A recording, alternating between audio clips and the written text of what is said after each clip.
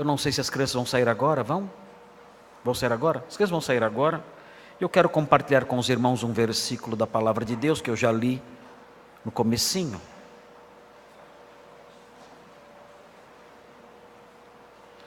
Que está em Romanos 8, versículo 3. É Romanos 8, 3. É o versículo que eu quero compartilhar com os irmãos.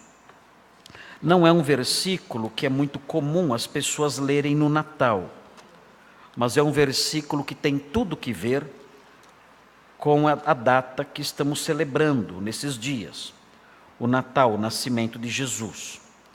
O versículo 3 do capítulo 8 de Romanos, Romanos 8, 3, diz: porque Jesus veio ao mundo. O texto diz assim: porquanto o que fora impossível à lei, no que estava enferma pela carne, isso fez Deus enviando o seu próprio Filho, em semelhança de carne pecaminosa, e no tocante ao pecado, e com efeito condenou Deus na carne o pecado. Há dois motivos presentes nesse versículo, dois motivos que mostram por que Jesus veio ao mundo. Porque o Verbo se fez carne. Porque o Filho de Deus se fez como um de nós e desceu até aqui e teve aqui o que os teólogos chamam de o seu tempo de humilhação. Porque o Senhor deixou o seu lar na glória e esvaziou-se a si mesmo e assumiu a forma de servo e assumiu a figura humana e foi obediente até a morte e morte de cruz. Por que o Senhor fez isso? Quando nós olhamos para o versículo 3 que nós acabamos de ler, nós aprendemos que o Senhor fez isso, que Jesus veio ao mundo, porque a lei de Deus, a lei mosaica, a lei revelada nas páginas do Antigo Testamento, a lei dada a Moisés no Sinai, mesmo sendo uma lei de origem divina, mesmo sendo a expressão perfeita da vontade de Deus em vários aspectos, não só nos aspectos morais, mas em outros aspectos também, essa lei, ainda que santa, perfeita e de origem divina, essa lei não podia nos salvar. Isso é de surpreender. Mas nós aprendemos no versículo 3 que a lei de Moisés, a lei dada no Sinai pelo próprio Deus, não podia nos salvar. E se a lei dada, se a vontade de Deus revelada no Sinai, a vontade do próprio Deus, a lei do próprio Deus, perfeita, não podia nos salvar, que esperança havia para nós? Quando observamos o versículo 3, nós percebemos, o apóstolo Paulo afirma categoricamente que a lei de Moisés não podia nos salvar. O versículo diz no comecinho: porquanto o que fora impossível à lei. O texto está dizendo aqui que havia algo impossível para a lei. Não porque ela era imperfeita, não porque houvesse defeitos nela, não porque essa lei era maculada de alguma forma, não. O texto diz que havia algo impossível para a lei fazer. E diz que esse algo que era impossível a lei fazer, era impossível a lei fazer porque ela estava enferma pela carne. Olhando para o texto, nós descobrimos o que era impossível para a lei fazer. Se os irmãos olharem no primeiro versículo, poderão descobrir qual é o assunto dessa passagem. Qual é o tema dessa passagem? Sobre o que o apóstolo Paulo está falando. Quando ele diz, porquanto o que era impossível à lei, ele, ao enunciar essa frase, está tratando de um assunto específico. Ele não está jogando palavras ao ar. Existe um tema presente aqui. E esse tema foi introduzido no versículo 1. No primeiro versículo ele diz, agora, pois, já nenhuma condenação há para os que estão em Cristo Jesus. Esse é o assunto introduzido aqui pelo apóstolo Paulo. Ele está falando sobre a anulação de uma condenação. Existe nesse texto uma realidade espiritual jurídica sendo tratada aqui. O apóstolo Paulo está dizendo aqui que existe uma condenação sobre a humanidade, mas os que estão em Cristo Jesus tiveram essa condenação cancelada. Eles foram justificados, ou, numa linguagem menos jurídica, eles foram perdoados. Havia uma condenação sobre todos. O pecado de Adão, a culpa do pecado de Adão, conforme ensina o capítulo 5 dessa mesma epístola, o pecado de Adão pairava, a culpa do pecado de Adão pairava sobre toda a humanidade, ainda paira, trazendo condenação, isso sem falar dos próprios pecados individuais, tudo gerando condenação. E o texto aqui fala sobre a anulação dessa condenação. E ao falar sobre a anulação dessa condenação, Paulo diz, porquanto o que fora impossível à lei, o que era impossível, o que foi impossível à lei, a anulação da condenação.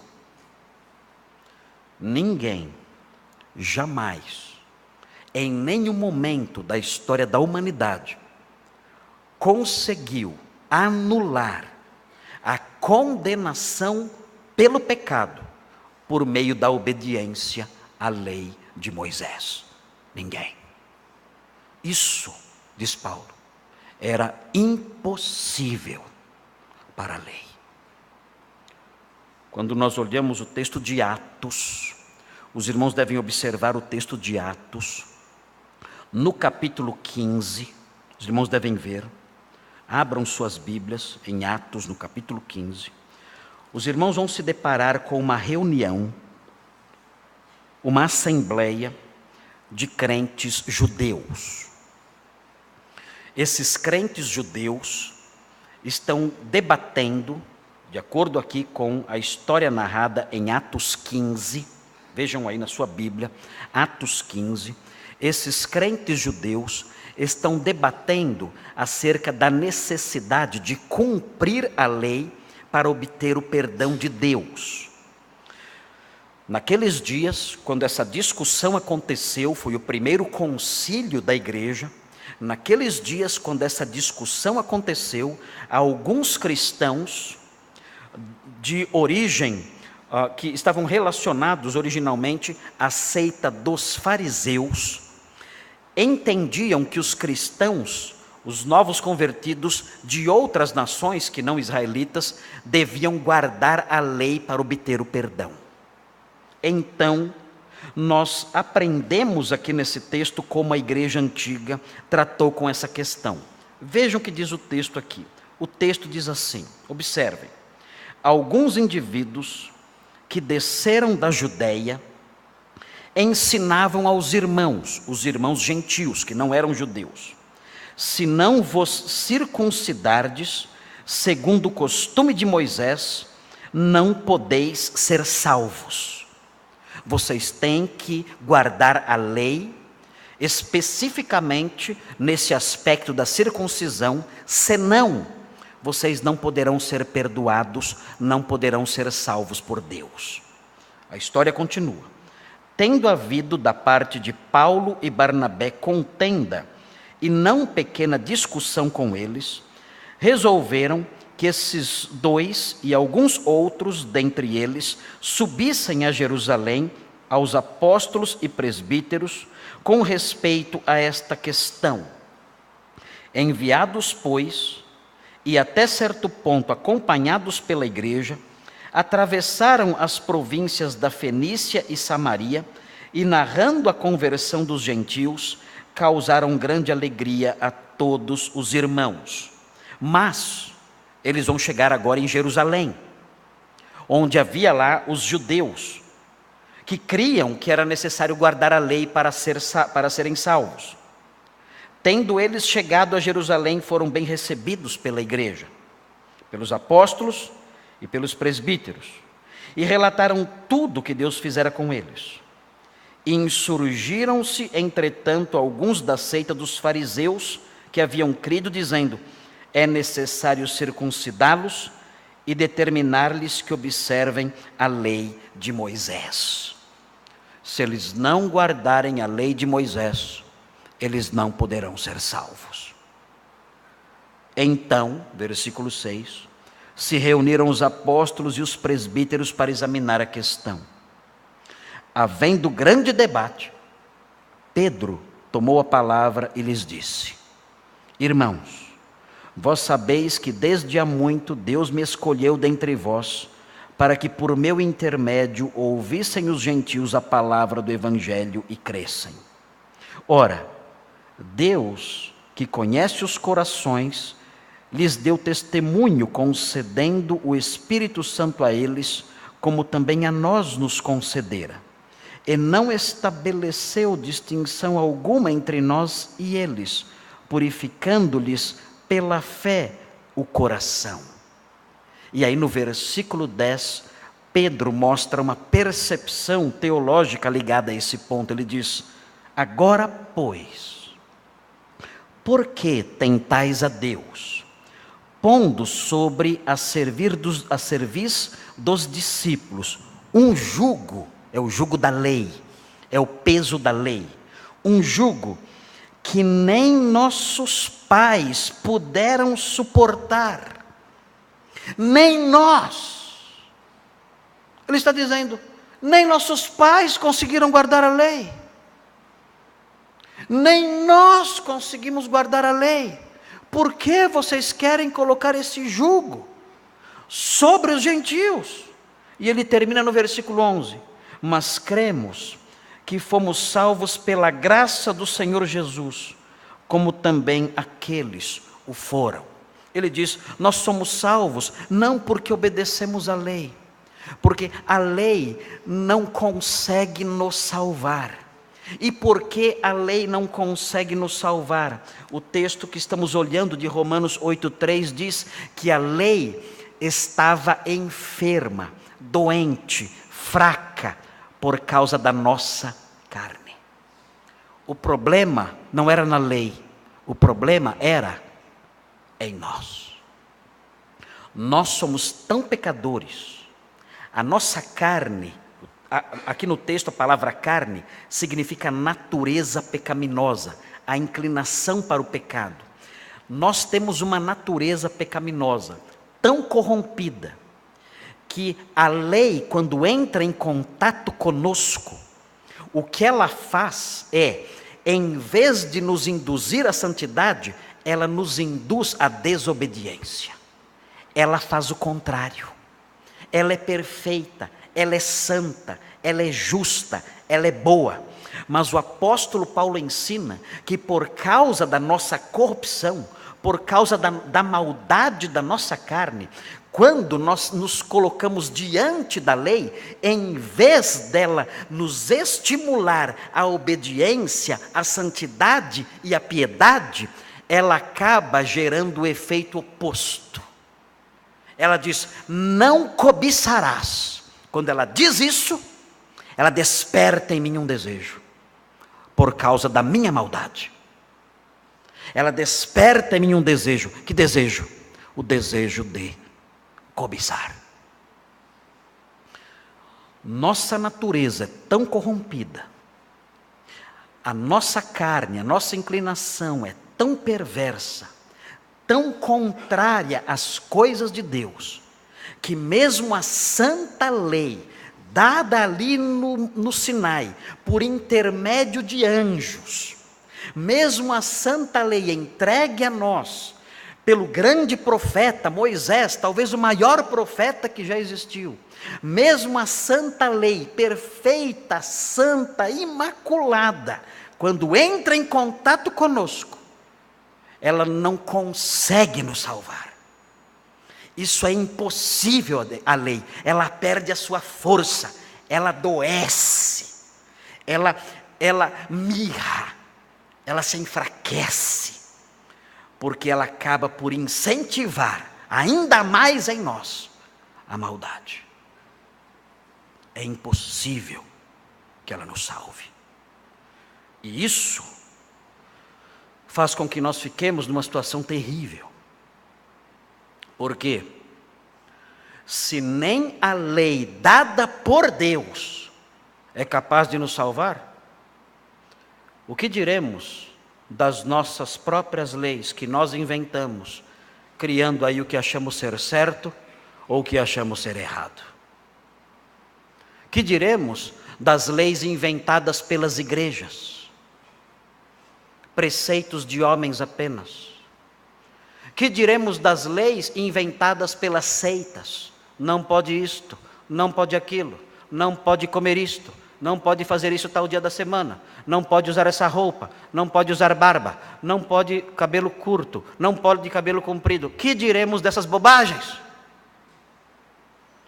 Se a própria lei de Deus não pode nos salvar, que diremos das leis tolas, vazias, sem fundamento nenhum, inventadas por homens perversos? Que diremos dessas leis? Que poderes elas podem ter? Que poder elas podem ter para nos ajudar em alguma coisa? Absolutamente nenhum.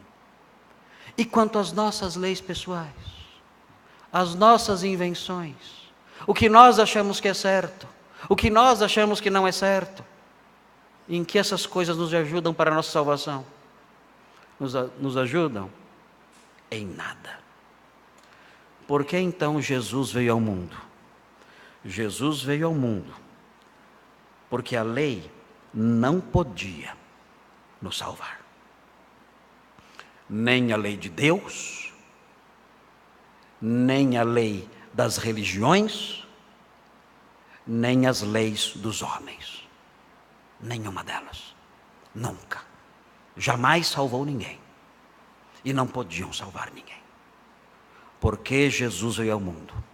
Porque a nossa situação era a situação de alguém sem saída.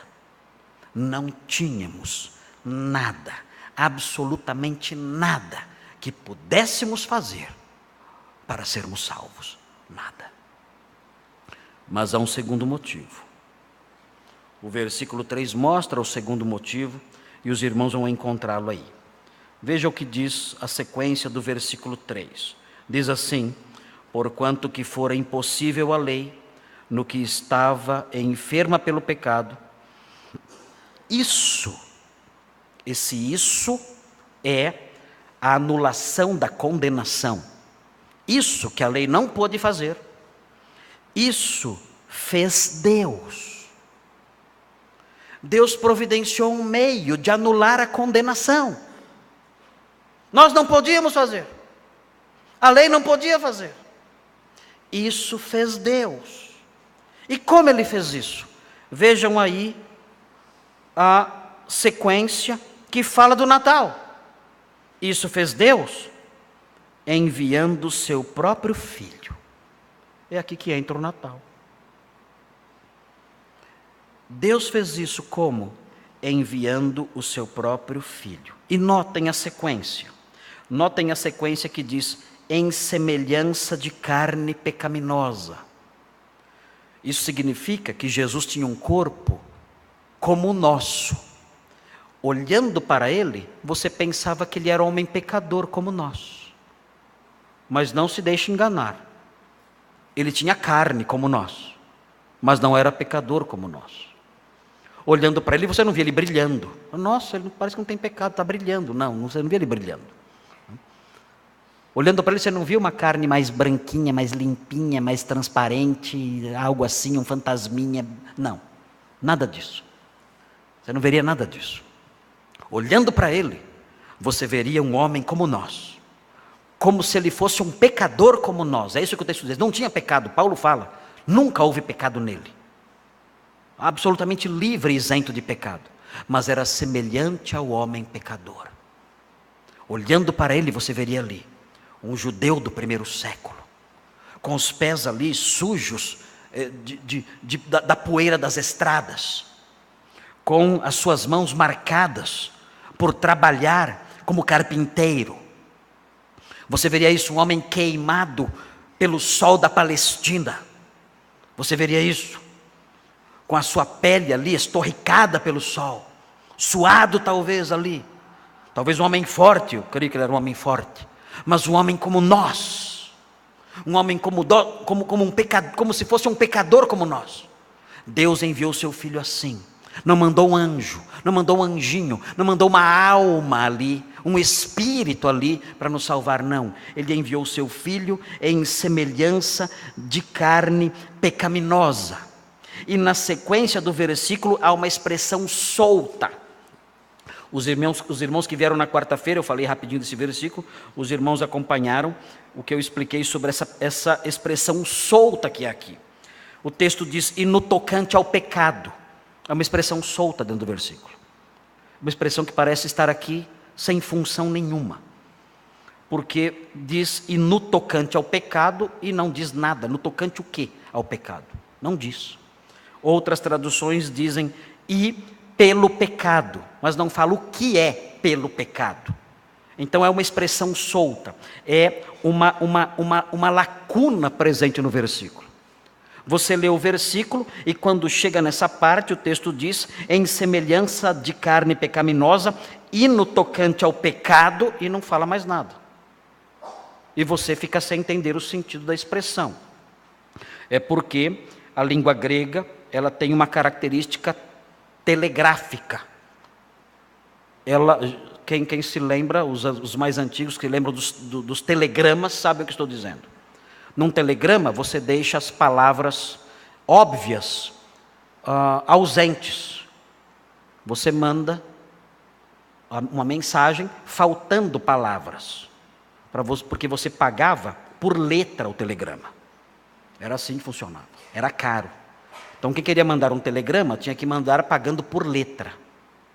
Inclusive o ponto, você pagava 2 letras, que era PT.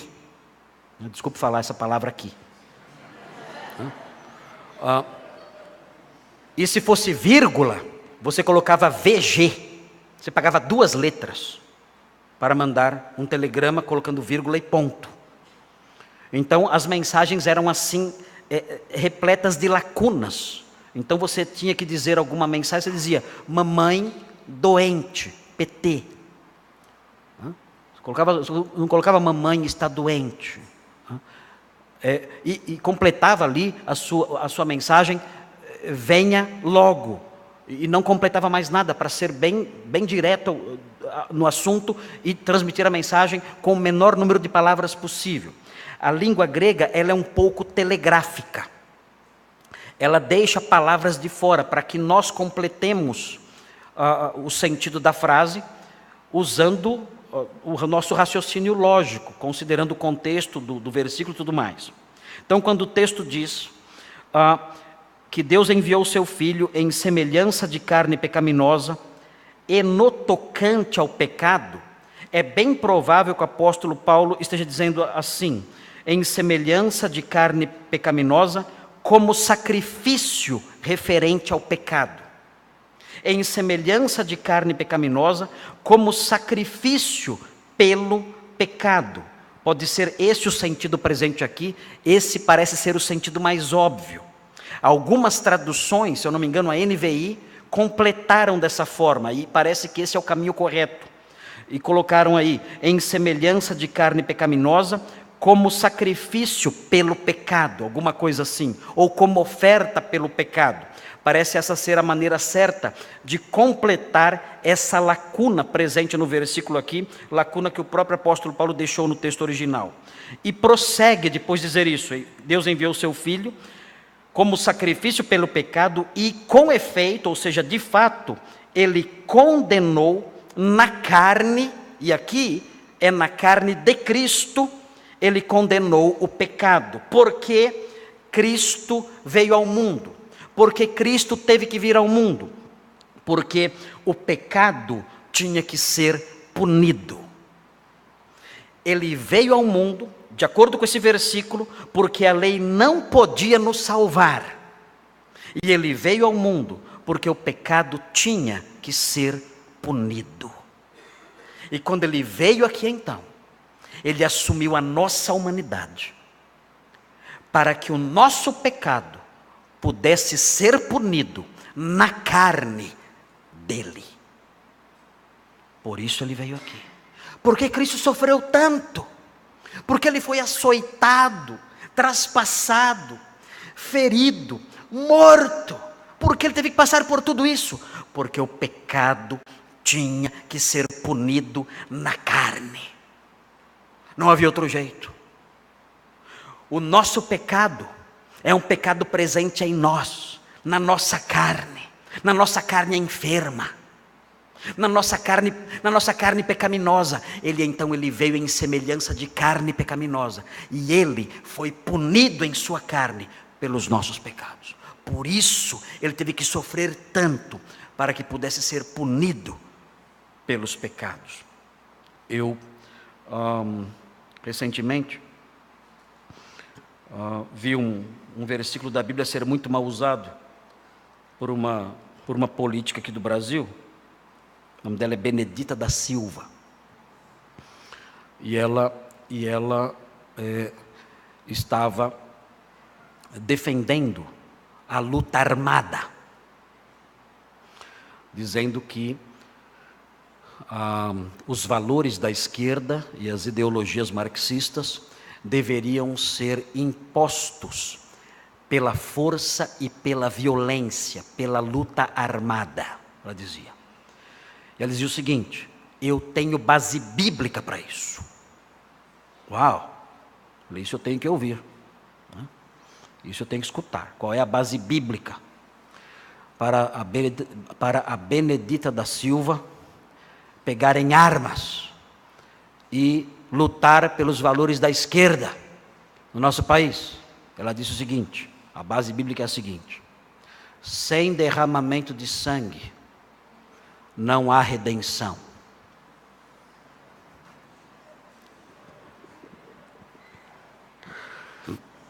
E ela diz que é presbiteriana.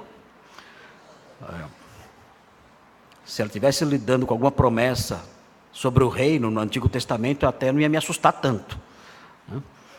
Mas ela dizer isso como uma presbiteriana realmente foi de assustar, dizendo que a visão política dela deveria pegar em armas e lutar e derramar sangue, porque sem derramamento de sangue não há redenção. Eu estava citando o texto de Hebreus 9:22. Mas o que é que o texto de Hebreus 9:22 diz de verdade?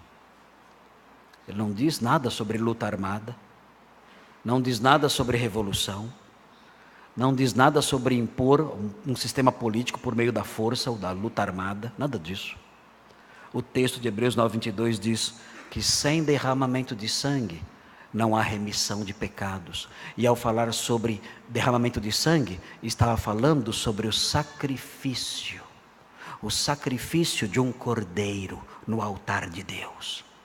Sem o sacrifício de um cordeiro no altar de Deus, derramando ali seu sangue, não há perdão de pecados. Por que Jesus veio ao mundo?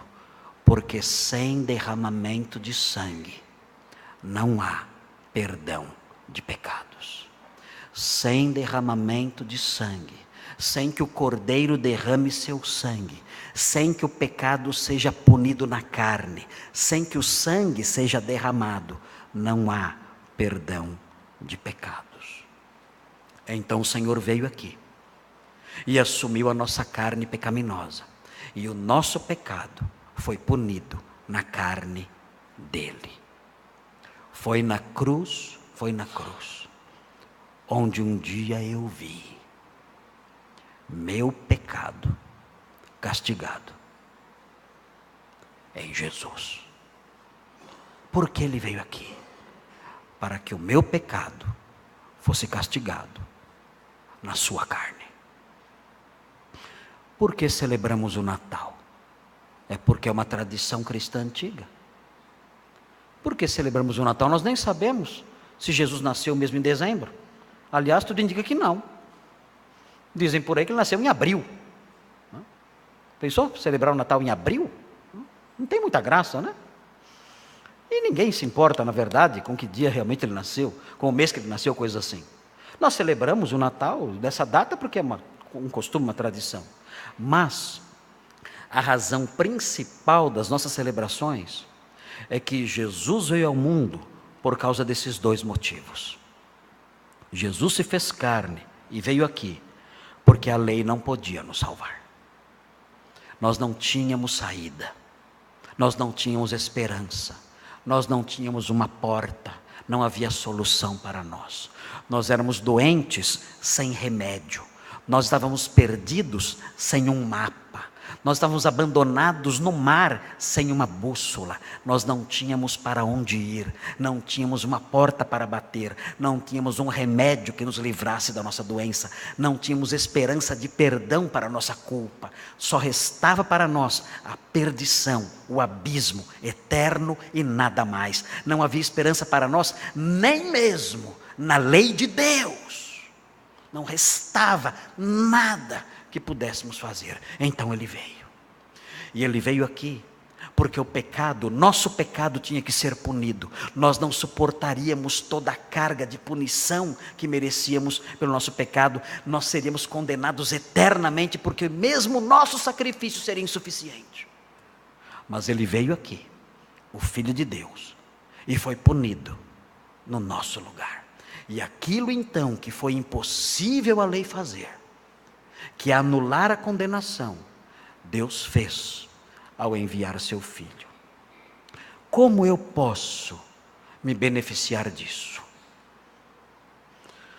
O versículo 1 diz: nenhuma condenação há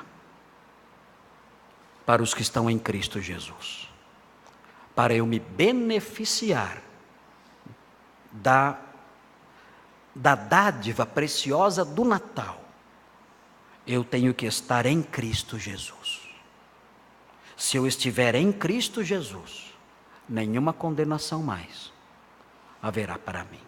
Mas como eu posso estar em Cristo Jesus?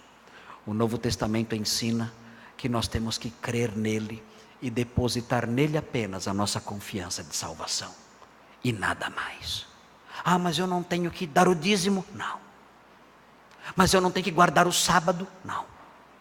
Mas eu não tenho que parar de comer isso ou comer aquilo? Não. Eu não tenho que obedecer as normas, os 10 mandamentos ali certinho, rigorosamente? Não. Eu não tenho que, as regras da igreja? Não. Não. Não. Não. Nada disso é capaz de salvar você. Você tem que apenas crer no Redentor, se aproximar dele e dizer: Senhor, eu estou perdido, não há remédio para mim, nem a sua lei tem força para me salvar, mas o Senhor enviou o seu Filho, e ele foi punido ali pelos meus pecados. Eu quero pedir que o Senhor me perdoe e me receba. Eu quero receber os benefícios do Natal. Eu quero receber os benefícios da morte de Jesus. Eu quero ser um servo dele, um crente nele, alguém beneficiado pelo seu sacrifício, por sua morte, por sua obra na cruz do Calvário. E crendo nele, o Senhor removerá toda condenação e fará de você uma nova criatura. E o Espírito Santo passará a habitar em você e dará a você uma vida nova. Por isso Jesus veio ao mundo, para possibilitar esses benefícios. Quem crê nele tem a vida eterna. Quem não crê, não há esperança nenhuma mais. Quem não crê vai tentar se salvar por outros meios. Eu tentarei ser um bom homem. Eu tentarei ser uma pessoa melhor. Eu tentarei seguir certas normas éticas e certas orientações religiosas e certos padrões que eu conheço por aí, que meus pais me deixaram, ou que eu aprendi na minha infância. Enfim, eu vou tentar ser melhor. Lamento muito. Nenhuma norma, nenhuma lei, nenhum sistema, nem mesmo a lei divina pode salvar você. Só existe uma saída, uma só. E o Senhor a providenciou em Cristo. Receba-o. Sem isso, não há nenhuma outra porta. Vamos orar. Senhor Deus, obrigado por esse versículo que mostra a única saída para o perdão, o único acesso ao perdão. Nós aprendemos que nem mesmo a lei mosaica pode nos salvar, mas o Senhor enviou o seu Filho, a única porta, o único caminho. Ajuda-nos, ó Deus, e faça com que cada um aqui, e cada um que está em casa ouvindo essas palavras, e cada um que vai ouvir essas palavras futuramente, por meio das transmissões e gravações, faça com que cada um que ouvir se aproxime do Senhor Jesus Cristo e o receba em sua vida, para participar dos benefícios da sua encarnação e da sua morte e ressurreição. É em nome dele que pedimos essas coisas. Amém.